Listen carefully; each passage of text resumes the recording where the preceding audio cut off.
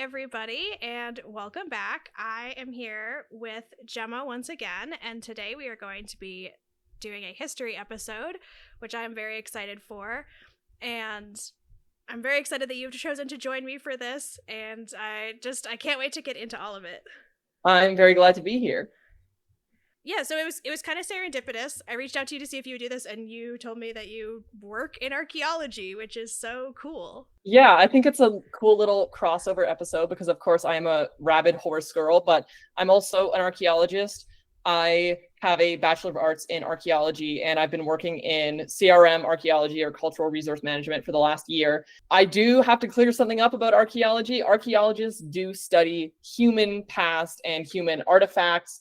They do not study animals such as dinosaurs. An awful lot of people think I work with dinosaurs, and as cool as that would be, and as much as I wish it were true, it is not. I do not study dinosaurs or ancient horses, as much as I wish I were an expert on ancient horses. I am not, but it does give me kind of an interesting angle on some aspects of horse domestication when it comes to hunting and gathering, the roles that horses and other animals played in early human life. I'm just a huge history nerd and a big horse nerd, so I'm super excited. It's gonna be so great.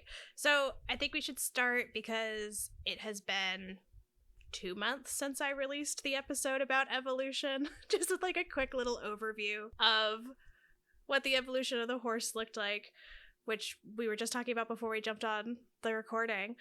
But contrary to popular belief, I think they started in North America and from there have kind of ended up all over the world. You were mentioning that about some specific findings around your area. Yeah, well, I am from Alberta. I'm not actually born in Alberta, but raised. And we have an awful lot of very interesting archaeological sites. And pertaining to ancient horses, we have one in the south of Alberta called Wally's Beach. And it shows a lot of evidence of humans hunting early North American horses around 11,000 years ago, which about coincides with the time that North America deglaciated. It was previously the thinking that there were no humans in North America before this point. We now know that that is not true. But one of the earliest, I guess, cultures that we talk about in North America is called the Clovis culture, or the Clovis people.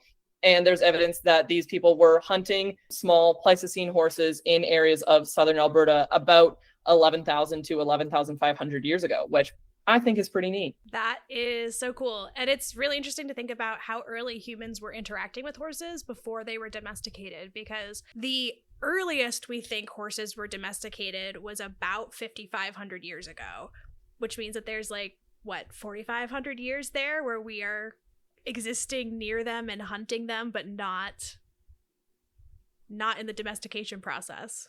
Yeah, I mean, to us, it seems like a very long period of time, because to us, 100 or 200 years is a very long time. But when you zoom out and think of the real geological timescale, the timescale on which evolution happens, it's just a blink of an eye, really. It's almost nothing. So to us, it may feel like a long time, but in the context of the whole Earth, that's nothing at all. We haven't really been riding horses that long. No, and yet they have shaped so much of what our culture today looks like, which is so exciting because it is so incredibly unlikely that horses would have existed. If you think about how many animals are in the world versus how many we have domesticated, it's such a small percentage, which helps to illustrate how hard it is to have the right traits in an animal for them to be domesticatable at all.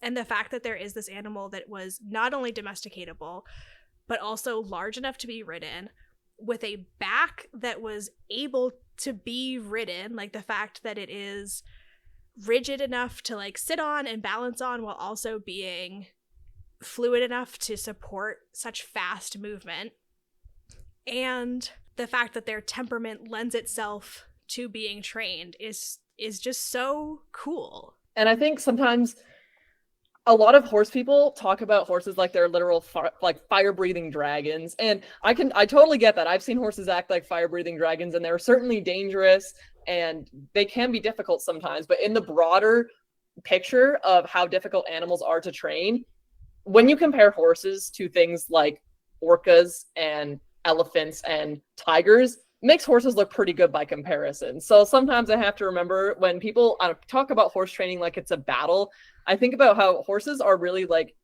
genetically predisposed to want to get along and to avoid danger. And I feel like that's a big factor that led to them being relatively easy for us to domesticate. They have a natural tendency to want to group together and to avoid things that they find scary instead of just straight up attacking the things they find scary. Yeah, and also with that avoidance combined with the herd mentality, you get this really fascinating creature that is designed to be the perfect flight animal, which also means that they are designed to run when they are told to run. Like in a group of wild horses, a horse says, "It's time to go," and they all go in that direction, which is how we get them to do stupid stuff like charge into battle. Because we just use that base instinct to follow to get them to do all these crazy things. I was talking to somebody else and they brought up a really interesting point, which is that horses actually have a larger number of mirror neurons than most animals do. So they are literally adapted to replicate behavior. And it is part of what makes them so trainable. That's very interesting. I didn't know that. It's why if you have like a nursing mare and you work with her and ride her and have her be interacted with while the baby is around, you will typically get an easier to handle baby because the baby will watch mom and be like, "Oh, I get it." So they really learn to do by watching. Yeah. Well, and they have such good pattern recognition and stuff too. I mean, as anybody who has ever tried to practice their dressage test before going into the ring the next day will know, like they learn and they will try to replicate the pattern. Yeah, and I think like it may be annoying to us in the modern times that, you know, our horses recognize patterns so well. They recognize an environment in which they had a bad experience or something that looks a little sketchy, so they won't want to go in a trailer or into a dark barn, and it's very frustrating for us. But to them, that is literally how they stayed alive.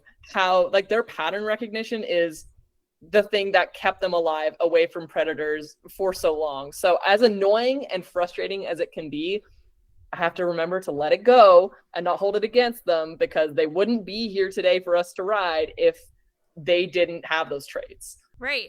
And to that point, there's a very interesting episode of a podcast called, it's like Thinking Historically or Historically Thinking or something like that. And they do an episode with Timothy Weingard, who wrote this very cool book that Gemma and I have both been reading called The Horse, that is all about the history of horses and humans.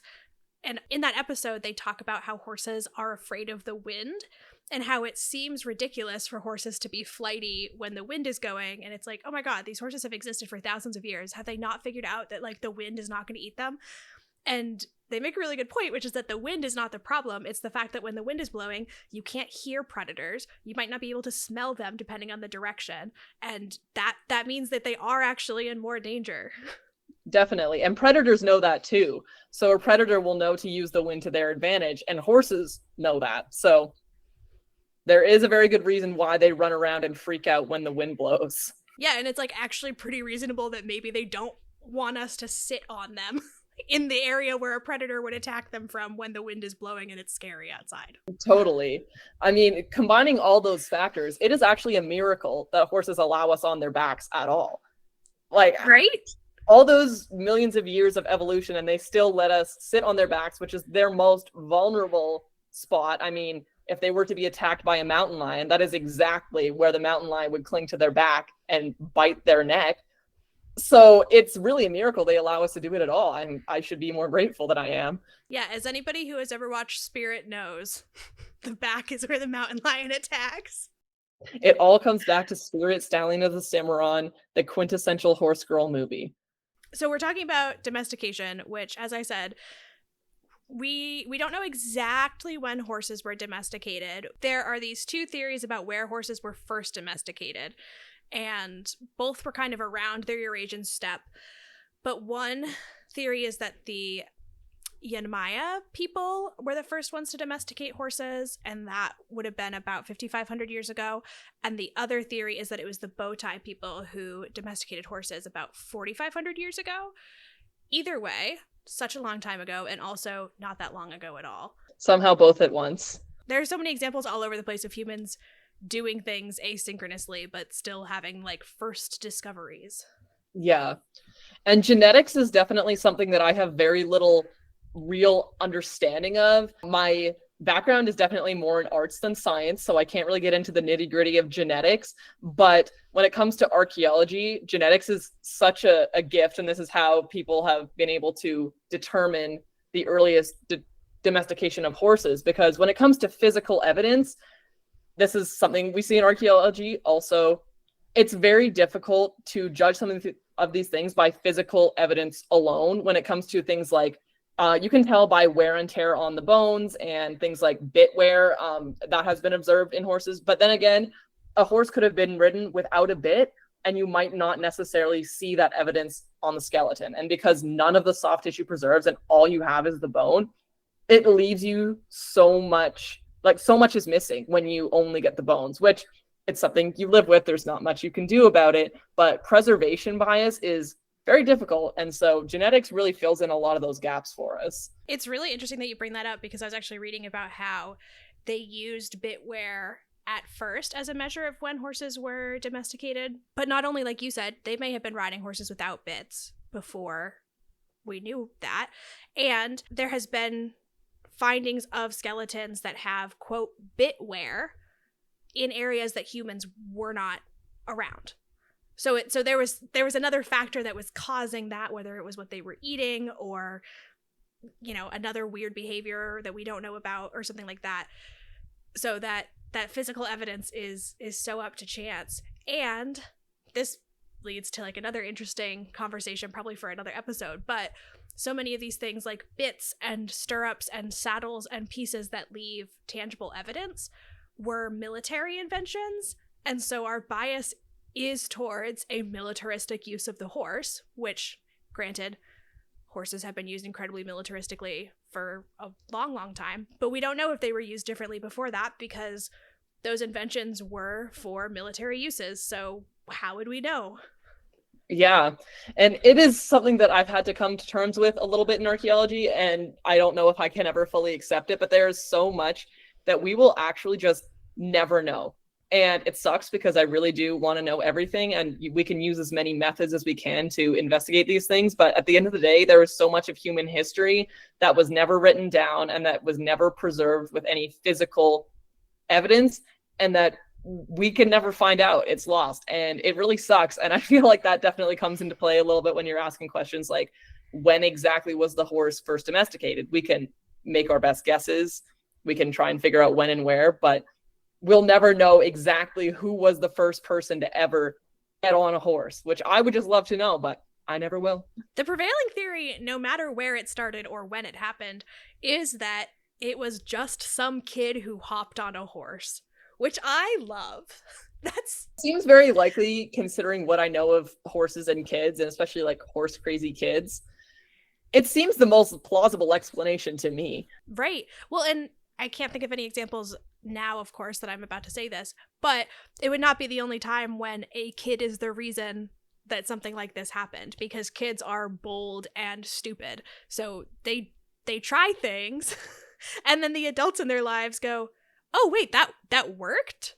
Oh, cool. And a lot of these kids might have grown up seeing horses their whole lives. Horses were hunted for meat and used for milk in a lot of societies before they were actually ridden. But a lot of these kids probably grew up seeing horses their entire lives. They had just never actually ridden one. So how long could it really have taken for one of these kids who spent all the time, like, watching the herds of horses to get an idea and be like, what if I just climbed up there and then just jumped? Like, what would happen?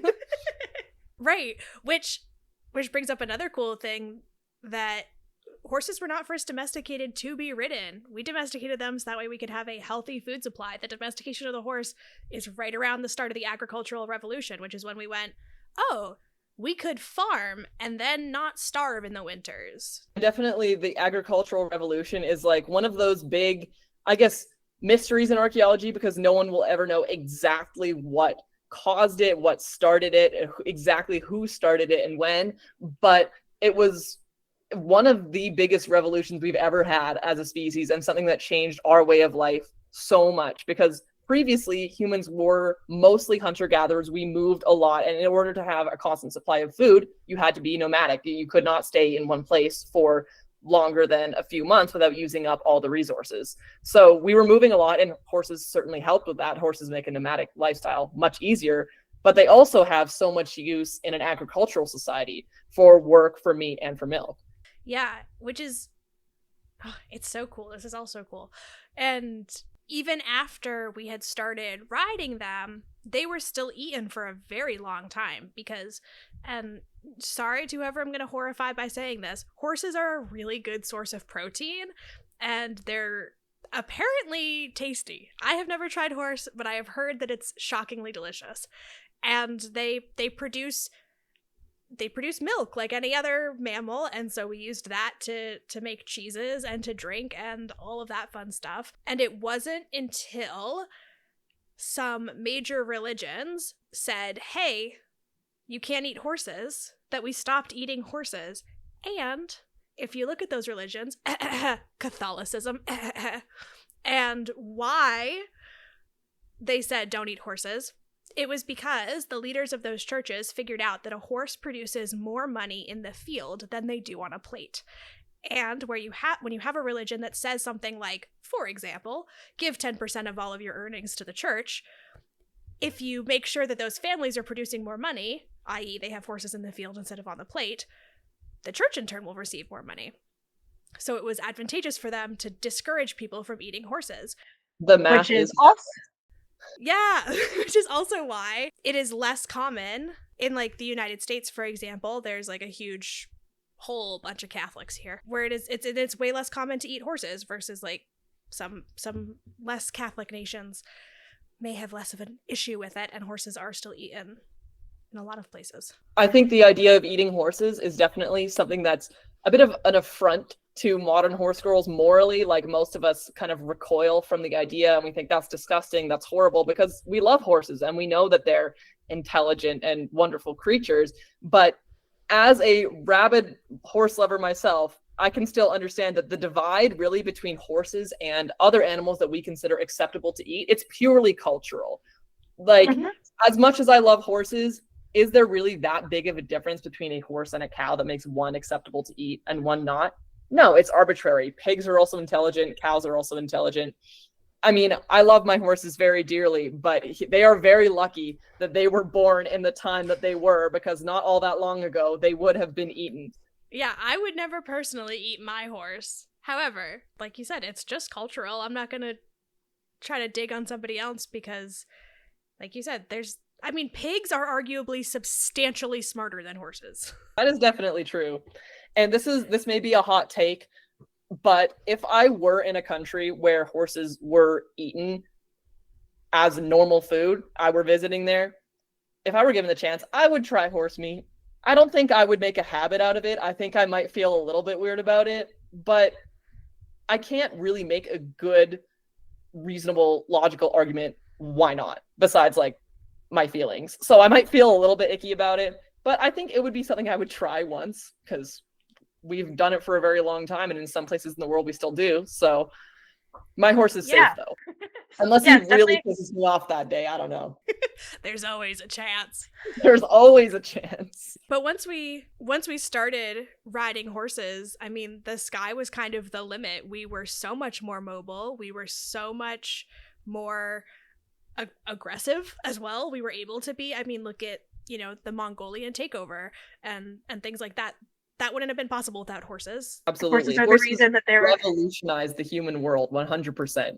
Just looking at the impact of horses on Chinese dynasties is really fascinating too, because they were a major player across a few different dynasties and were the cause of the rise and fall of them, which is so interesting because, again, cavalry can really determine the course of a battle. And even outside of military purposes, I mean, horses were a miraculous military tool when we first started using them. But even when it comes to totally peaceful applications of horses, many cultures before they had horses used dogs as pack animals to help them move when they were nomadic. A really good example of this is a lot of the plains cultures in North America. So where I live is Blackfoot territory, and the Blackfoot, before horses were introduced, they used dogs to pull a travois, which is basically two crossed poles that cross over the back of the animal, and you can put your belongings on there.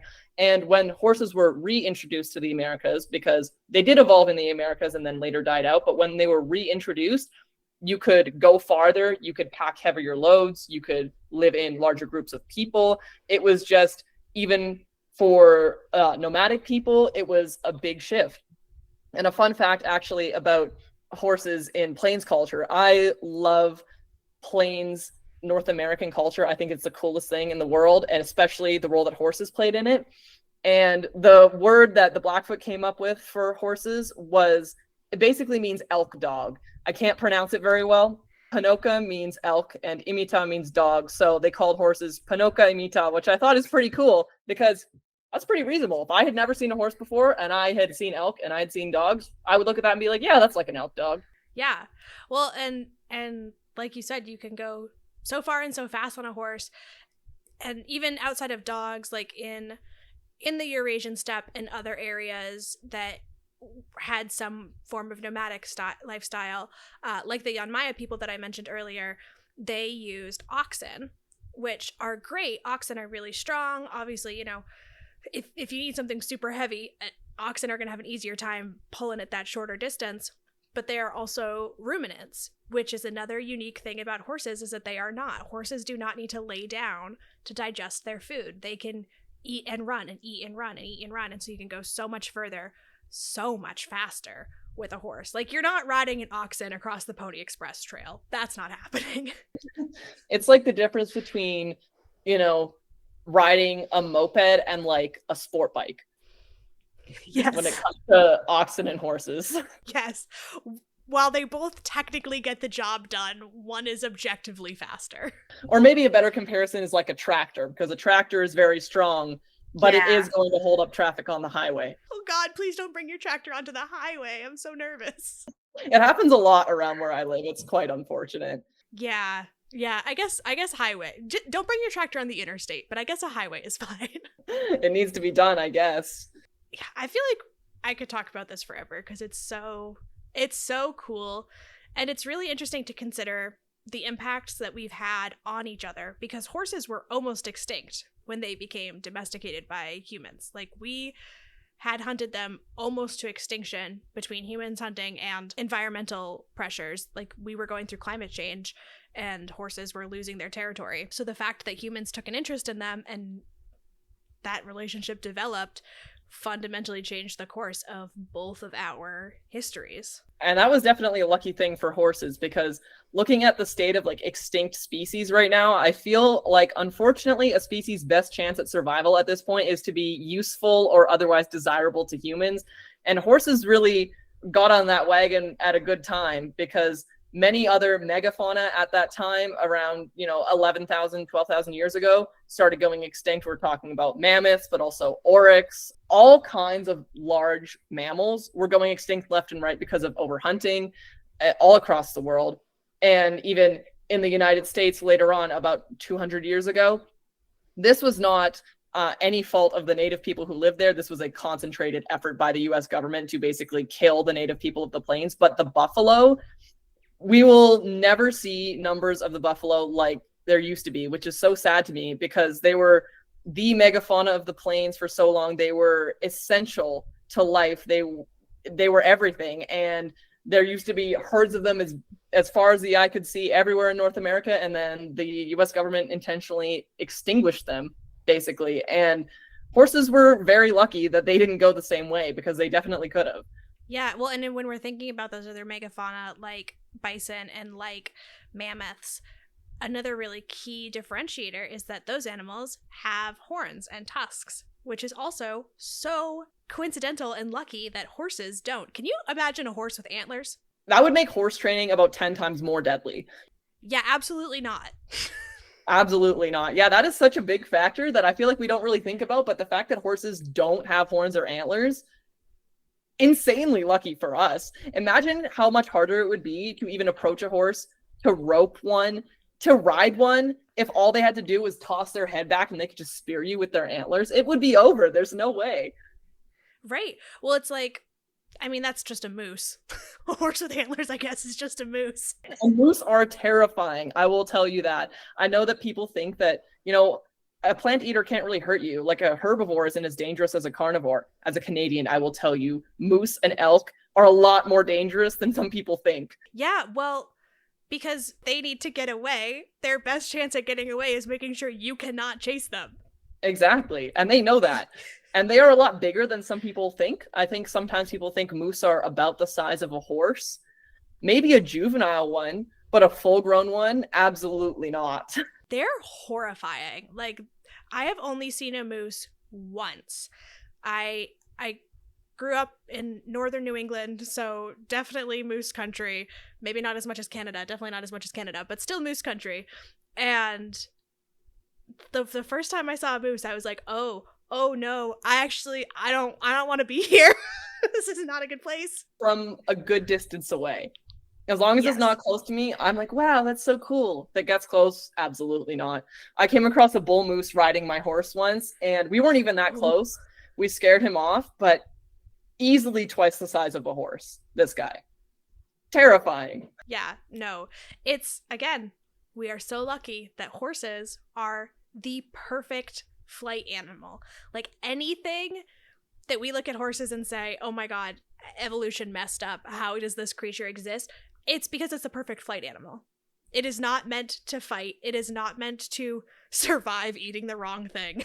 It is meant to go fast or not exist. Yeah, pretty much. Which is so cool. Like, one really weird thing about horses is that most animals' lung capacity is greater than our body's capacity when it comes to speed. So your lungs can support you running faster than your legs can actually run. For most people, for most creatures.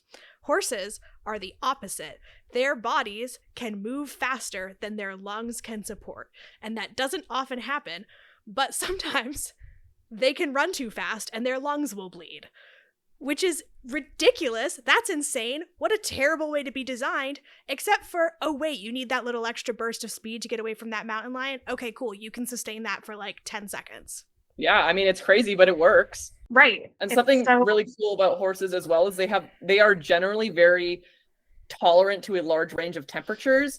We may not think so when we're talking about like thoroughbreds living in Florida. You can't imagine that horse living in -30. But when we're talking early horse ancestors or the earliest true wild horses, they can comfortably tolerate ranges from about -30 Celsius to like +30, 40 Celsius, which as animals go is a huge range. Yeah, it's crazy. Like, we complain about the shedding in the summer and that sort of thing, but those huge thick coats that they're able to grow and then shed in a matter of a couple weeks on each end, that's so important and helpful. And how individual horse breeds can adapt to the places where they live in a relatively short period of time, obviously helped along by humans. But when you compare, like, even the horses, I live in like southern Alberta, which is hardly the coldest place in the world, but it can still get to about -30, -40 in the winter is typical. And my one horse, especially my mare, she becomes like a giant puffball, and sometimes I blanket her because I feel bad for her, but I have never actually needed to put a blanket on that horse. She is like built for winter survival. And then on the other hand, you have horses like Arabians, which are designed to live in the desert with no water, no shade, and they're designed to cool off so easily, which is incredible that the horse can really like take so many forms and adapt to so many different environments in such a relatively short period of time. Right. Well, it's so cool because obviously when you talk about deserts too, you have camels as a popular form of movement historically and modern day, but you also have Arabian horses, which are also related again to that same puffball, like you said, who lives in Canada. Like that is insane that those two creatures can be the same species. It's hard to believe. I'm like, if you put them next to each other, I'd be like, how are you the same species? There's no way. Right, or like a little Shetland pony next to like a Clydesdale or something. You're like, seriously? Yeah, like my mare looks like a meatball on legs in the winter. But I'm grateful for it because she is very low maintenance when it comes to blanketing. But when we're talking about horses, even in like northern Russia, there are horse breeds that are native to those areas where the winter is far beyond what it ever is here. And those tough little ponies, they are incredible at surviving. It's amazing. Yeah, or like if you talk about like Icelandics and stuff too, like they get so puffy and cute. It's Icelandic so cool. horses are really cool. It's my goal in life to go to Iceland and ride Icelandic horses one day. I'd love to do that. That would be so awesome. One of my favorite things to do is to watch videos of other people going on the insane trail rides. Like the trail rides where you like just ride in a herd of horses. That's insane. That's so cool. Childhood dream right there. I want to tolt across Icelandic fields on horses. Are you kidding me?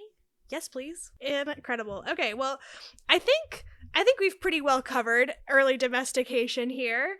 So who knows what we'll dig into next time, but it'll be something just as interesting, I'm sure. I know I found this interesting. I hope other people did as well. I feel like I rambled quite thoroughly. Yeah, no, me too.